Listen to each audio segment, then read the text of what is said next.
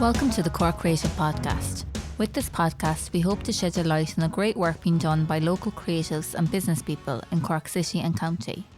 In Cork Creative's third series, we tackle the property market and speak with 3 local estate agents to get their opinion on their business, industry and the property market in Cork.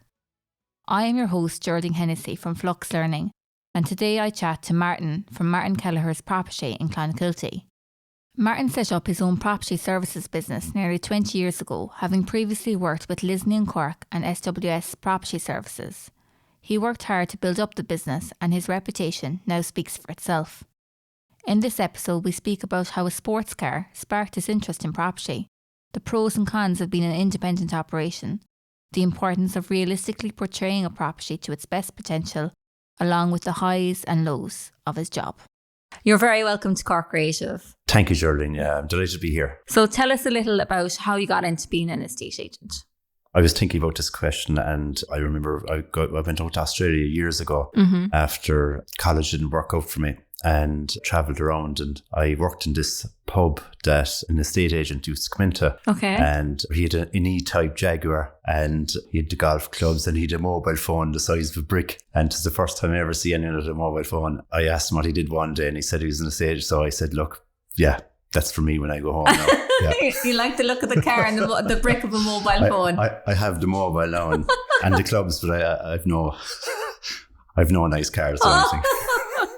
All right, look, you can still, that's the goal, isn't it? Yeah. We'll see you whiz past there in a Ferrari or a Lamborghini or now or something. Yeah. No, not for me.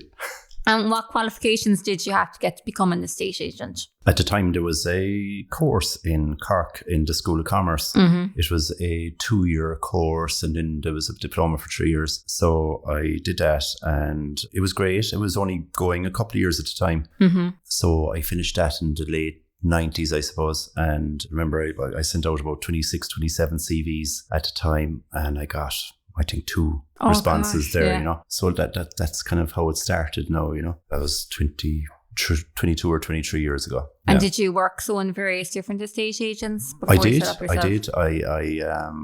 It was Lisney's in Cork, where I was there for a few years, and that was a great experience. It was mainly commercial property. Mm-hmm. So I came back to Clonakilty because we'd been living there. So I was with Sherry Fitz O'Neill here in Clonakilty, and then I went to SWS Group then after that, and I was there for about, I think, 9 years. Okay. Until we closed down there back in the last recession. You know? Mm-hmm. Yeah. And then you decided to...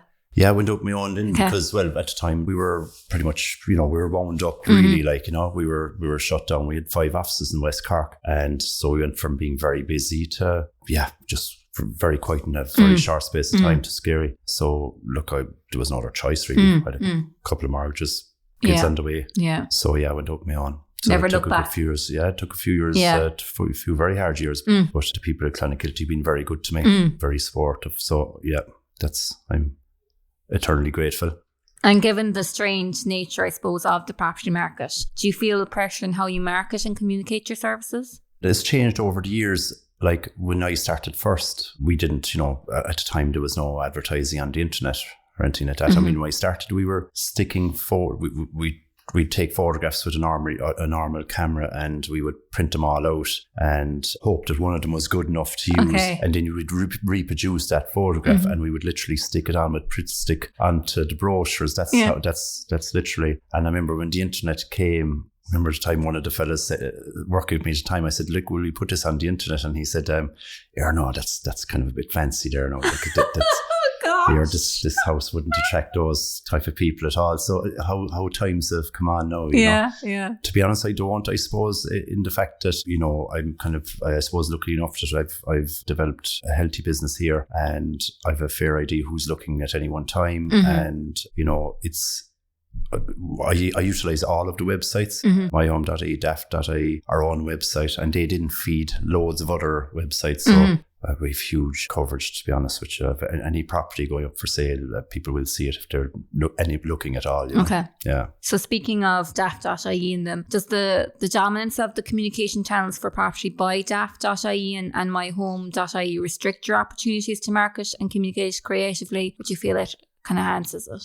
Well, I think I've thought about that, and let's say if you were in a franchise, I'm not a franchise, I'm an independent operator. If you're in a franchise, there are probably certain restrictions, all right, in how creative you can be to advertise a property listing. So I suppose, to be fair, 90% of the inquiries originate from coming through one of the property portals. You know, I suppose we would find like a Daft.ie have a dominance, all right. You know, myhome.ie are, you know, at the moment, they're probably a lot closer in Dublin, but in the country areas, it's still Daft.ie for the most part. And then they charge very well as part of that, like, you know. So yeah, we're always trying different ways. Like I find at the moment, a lot of our rentals, I might just do it through Facebook. Okay. You know? Oh, yeah. And that seems to, because I have a few thousand followers on Facebook. They're all mainly local, so we find most of the rentals we just do through that.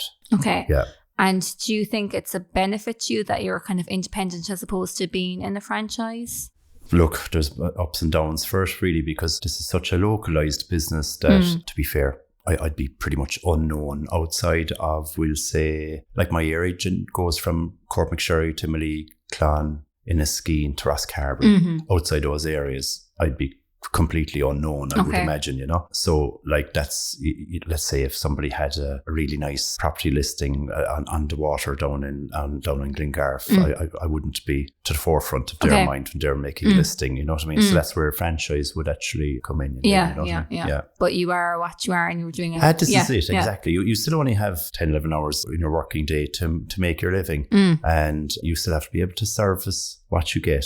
I've seen it from the other side when, you know, in a previous life dealing with absolutely way too many listings at any one time, and it's very hard to service that. So whatever you have to be, and when I say service, that be proactive, you know. I mean, going out and actively trying to sell your house do the best job and get the most money for your client as possible, you know. So that's essentially our job. Okay. You know? Okay. Yeah. And it's apparent that there are more 360-degree walkthroughs and drone footage of property. Is this the new benchmark for buying and selling property, and is it expected by buyers and sellers? Yeah, it is all right, but there are a lot of people not tuned in to doing, we'll say, you know, doing a 360 walkthrough, you know, from their computer. Because to be fair, when you walk into houses, a lot of it is by feel. So you'll know straight away somebody who comes to one of our houses, technically it should take pretty much all of their boxes, but they could turn around to you after walking through a few rooms in the house and just say, you know what, Martin, I'm not feeling it. You know, it just, you know, it should be for me, but I'm just not getting this. So it's very much, you know, by feel and emotion. So we do, obviously during the start, I've been doing drone footage for 6-7 years now, which is fantastic. It gives you a great idea of, from a buying perspective, what's around the property, you know, what's in the surrounding countryside. It's lovely. But 360s, I get a lot of negative feedback on 360s in that, because you put a 360 camera into the middle of the room and you do the 360 tour, and when you actually come to see the property as a buyer, they almost always say, this looks way smaller than it did on the 360 tour. Yeah. So I find the worst emotion a buyer could have walking out after your viewing is one of disappointment. Yeah. So if they go out feeling deflated, you know, they're gone, like, you know. So would you prefer to stay away from them? I suppose we get asked a lot because, I mean, a lot of our buyers now are coming in internationally. You know, it used to be just the UK before. Now it's people coming back from the Middle East, having kind of made their living there. And like we have 3 different American buyers right now at the moment going through sales, and they'll always ask you for a walkthrough. So I find actually what's better than the 360s is a video walkthrough. Okay. So we try to do that on most of our listings, where you're literally, it's like first person. You're literally walking through the room, and that tends to be better. It's more realistic. Yeah, more realistic perspective. Yeah. You know, I suppose a lot we use professional photography in a lot of our listings too as well. Houses that I would find difficult to photograph myself. Let's say if they're slightly larger or smaller houses or darker. So I tend to use professional photography services. And sometimes then sometimes the photographs can be actually too good. Okay. And again, I'm going back to the whole disappointment that people might feel walking out of a listing. You know? Yeah. So it's about managing, I suppose, people's expectations, making it as realistic to what it actually is important. It's a fine line because you're trying to keep your client happy as well. But there's no point if your buyer is not going to feels go out the door that, you know, they were almost duped. Or into coming to the viewing, you know. Yeah. So that's actually an interesting perspective. I always kind of imagined or thought that you'd always just make it as good as possible. But you're completely right. You don't want them to feel disappointed because they're definitely not going to buy the house. Absolutely. I remember years ago when the fisheye lenses came in first, I used to use them, and I soon stopped. Because, you know, it was just ridiculous. You're a box room. Someone was walking into a box room and they were saying, you know, okay, where's the rest of the room? So in the photograph. Or actually, I had someone say one time, at the end of the viewing, just said, would you mind actually showing me the house that's on the photographs, please? Oh gosh, so that's it. So you need to be realistic, but you need to make it look good, but be realistic. Well, this is it. Yeah, very good. But ultimately, at the end of the day, I'm in sales, so you know, keeping my client happy is number one. Well, okay, very good. Yeah. Do you think that working from home and the growing trend of remote work is having an impact in West Cork and in the types of homes that people are looking for? Yeah, it's huge now. I suppose again from COVID really supercharged it, you know. Like it's one of the first questions we get asked. You know, if we don't have it on the details, a prospective viewer will say to you, you know, look, do they have broadband there? And do you know the speed? So we used to dream of that before, but now we have to. So I do a speed test now, and actually all of the houses I can, so that you can tell a prospective buyer, you know, what speed the internet has. But like as recently as probably 3 years ago, I lost a sale simply because there was no broadband facility in the house. Like they were too far down away from the exchange to have fixed line broadband. The rapid broadband didn't have line of sight to the house. But it's amazing that like in only 3 years now you've got Imagine now offering a service, an installation service, and they can get you good broadband. And of course Starlink, you know, Elon Musk's crowd, you know, but that's quite expensive then. But at least it is an alternative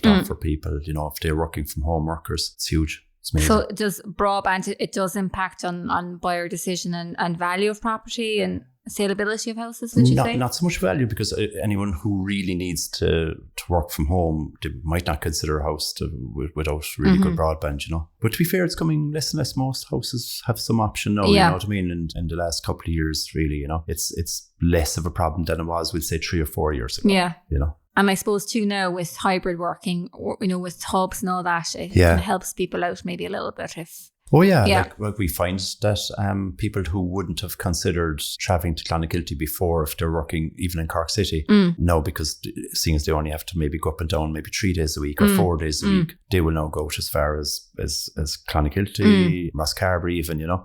Whereas before, I used to find that people go up and down 5 days a week. They would say, look, we might consider going as far as the east side of Clon. Whereas now, you know, to be fair, you know, there's very little limit really, like, you know. And has that broadened your client base? So completely. Absolutely it has. But obviously, naturally enough, what it's done as well as it's driven the values up in this area, you know, because the average house now in Clonakilty is 299,000. That's the average sales transaction price. You know, 4 years ago, that was probably 230. Yeah, gosh, big increase.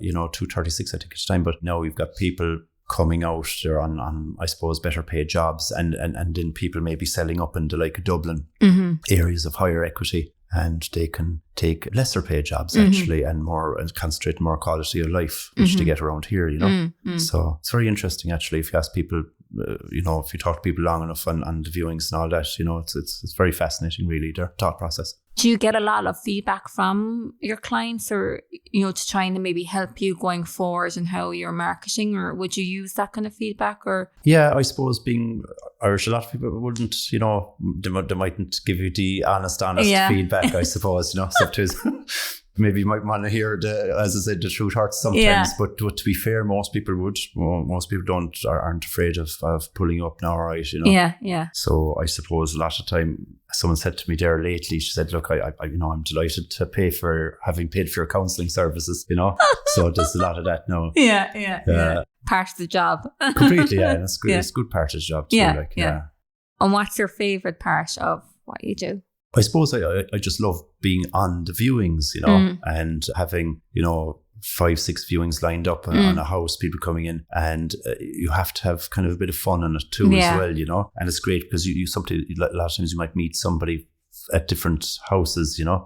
You have some great stories over the years. Like, so yeah, it's that part, meeting people. I suppose in our job, you have to really like people really and be interested in them. You know, the name retention is the part I struggle a lot with, you know, meeting people, and that part of it is tough. All right, you know. I met someone in the leisure centre last night, and they started talking away about the house, and had I any news for them, like, and I actually just didn't have a clue who they were. You know what I mean? I knew them, but I couldn't piece it together. It's you know, awful, when you meet someone out of context. Yeah. When they're half naked and not their usual apparel on them.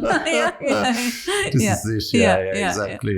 Yeah, I feel a bit like that now, whereas I know their face, but I'm just like, what's their name? And it would drive me, you know, I would be like, oh my God, what is their name? And then it would come to me probably on the drive home. Oh, that's right. Anyway, I remember the name now, you know, and I find that really frustrating. And it's just when you're it's like a cat in the headlights kind of moment, especially if they call you by your name, you know. It's very hard actually. Yeah. It's kind of funny. But I find you have to kind of, I suppose, try to develop the conversation as far as you can. Yeah. And just talk about generic stuff like the weather and stuff like that. And often somebody will just drop something in that little bit of information that will help it click, who they are. Yeah, somebody actually in our own business actually told me one time, actually, you should just say, sorry, now would you mind me telling you your name, please? Yeah. And then they might say John, and they say, oh yeah, I know it's John, but what's your surname? Oh, yeah, that's a good one. Yeah, that's a good one. Yeah. And given the increased technical nature of your work, do you feel having good digital skills is a prerequisite for being an estate agent? We do continuous professional development now, actually, in our business. So my evaluation accreditation, I sign up for 20 hours a year. So you have to do kind of, you know, continuous online learning, and a lot of that might be just changes in legislation or, you know, new grants coming out, especially in the rental market. It's hugely changed over the years. A lot of, you know, an awful lot of red tape in it, you know, and as you can naturally enough, you hear a lot of landlords unfortunately leaving the rental market because they've been swamped, you know. So I'm constantly, I suppose, trying to read up in our own line of work, you know, but just on the, you know, as regards digital skills, I suppose when you're like me, like this, I'm lucky I have good members of staff with me, you know, we're very strong that way as well. But if you're, you know, we're a small operation, so you tend to try to be multi-experienced in digital new ways of trying to show off your house, you know. Yeah. That's CPD that you do. Is it interesting stuff or is it actually boring? Let's say probably about half it is very interesting, you know. And then you'd have a lot that might actually have anything to do with you anymore. You know? You might have CPD about industrial properties in Dublin, or the rating system in Ireland, or you know, like that. I suppose IPAV, the institute I'm affiliated with, they're brilliant, but they obviously have a broad spectrum of members, you know, so they're trying to obviously keep it interesting for theirs as well. You know, I suppose the more boring stuff is the stuff that's not really relevant. Yeah, absolutely. You know, I suppose, no, actually, we can sign up for different courses actually as well, that some suit you more than others. You know? So it's a great choice there. Very good. It's a big change. And if you had any tip to give to someone following a similar career path, what would it be? Just obviously education. You know, you have to do the courses now, and there's a fantastic apprentice scheme now as well for auctioneering, whereby you do 4 days a week with the agent or who you're doing the apprenticeship with, and 1 day in college. And obviously there's online learning in that, and that's for 2 years. So they're getting paid, you know, a reasonable wage while they're getting trained. And that's a wonderful way of seeing it hands-on, you know, to see if you like it. But you know, what I would say to people starting out is to think long-term, you know. Because I suppose in this, especially when you're working in a smaller area with towns and that, takes years and years to develop your name, like, you know, and you could lose it so fast. So everything has to be long term, you know, and I suppose you're constantly challenged in your working week to, I suppose, appease other people. So your client is number one. You have to keep them happy. Within, you know, working within the, you know, try to keep your own integrity, because you have only your name really, and you don't get it perfect all the time. But if you keep going straight, being straight all the time, straight with people, that you won't go far wrong. So Yeah, that's it really. That's probably the best thing really, is to think long term and don't ever let one transaction, don't ever take a shortcut in one transaction that might derail your career. Yeah. You know? You have to think long term. So Yeah. Okay, very good. So where do you think the market will go, or where will it be in a year's time, say, or 2 years' time? So I suppose one thing what I've learned over the last few years is probably, well, especially going back to the time of, I would say, the recession and the boom back in 2005, 2006, is that I don't make predictions anymore. I've tried and I've been wrong so many times, and it's cost me personally. Yeah. But I suppose where we are now, we've a serious housing crisis, and there's just not enough houses. We're only building not even 30,000 houses a year as a country. Like back in 2005, we were building 80,000 houses on a regular basis. You know what I mean? And then that peaked at 100,000 houses back in 2007. We're nowhere near that, you know, and I can't see that improving much in the near few years. So whatever happens about people's affordability or mortgage rates, which you know, that's kind of worrying as well, of course. What is definite is that there just won't be enough houses. Like, we have something like approaching 1 million extra people living in Ireland now than what we had at the start of the last recession. Gosh, there's actually 950,000 people, I believe, extra now living in Ireland now, and just not enough houses. And we have this stock every year. There's thousands of houses going past their life, really, like, you know, dereliction. So that's the worrying side of it. Around here, I like, you know, I know that there's a lot of talk about property values dropping. That I haven't seen that. You know, any property that's presented well in a good location and that you don't have to do a whole pile to it will absolutely fly at the moment still.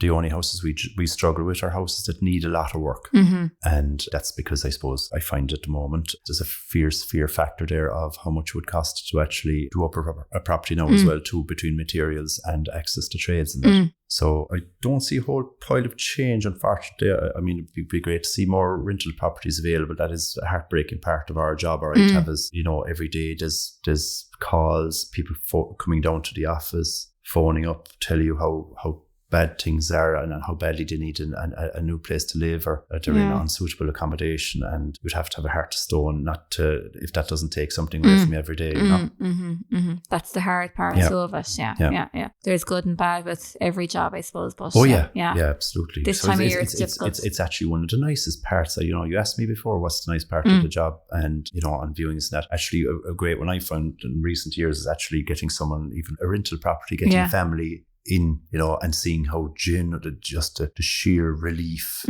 of having a roof over their heads, like, you know, when it shouldn't be that way at all. Like, you know, it should be easier access to housing. Yeah. So thanks very much, Martin, for joining us on the Cork Creative Podcast. If you want to find out more about Martin and what he does, you can find links to social media and website on corkcreative.ie. Thanks, Shirley.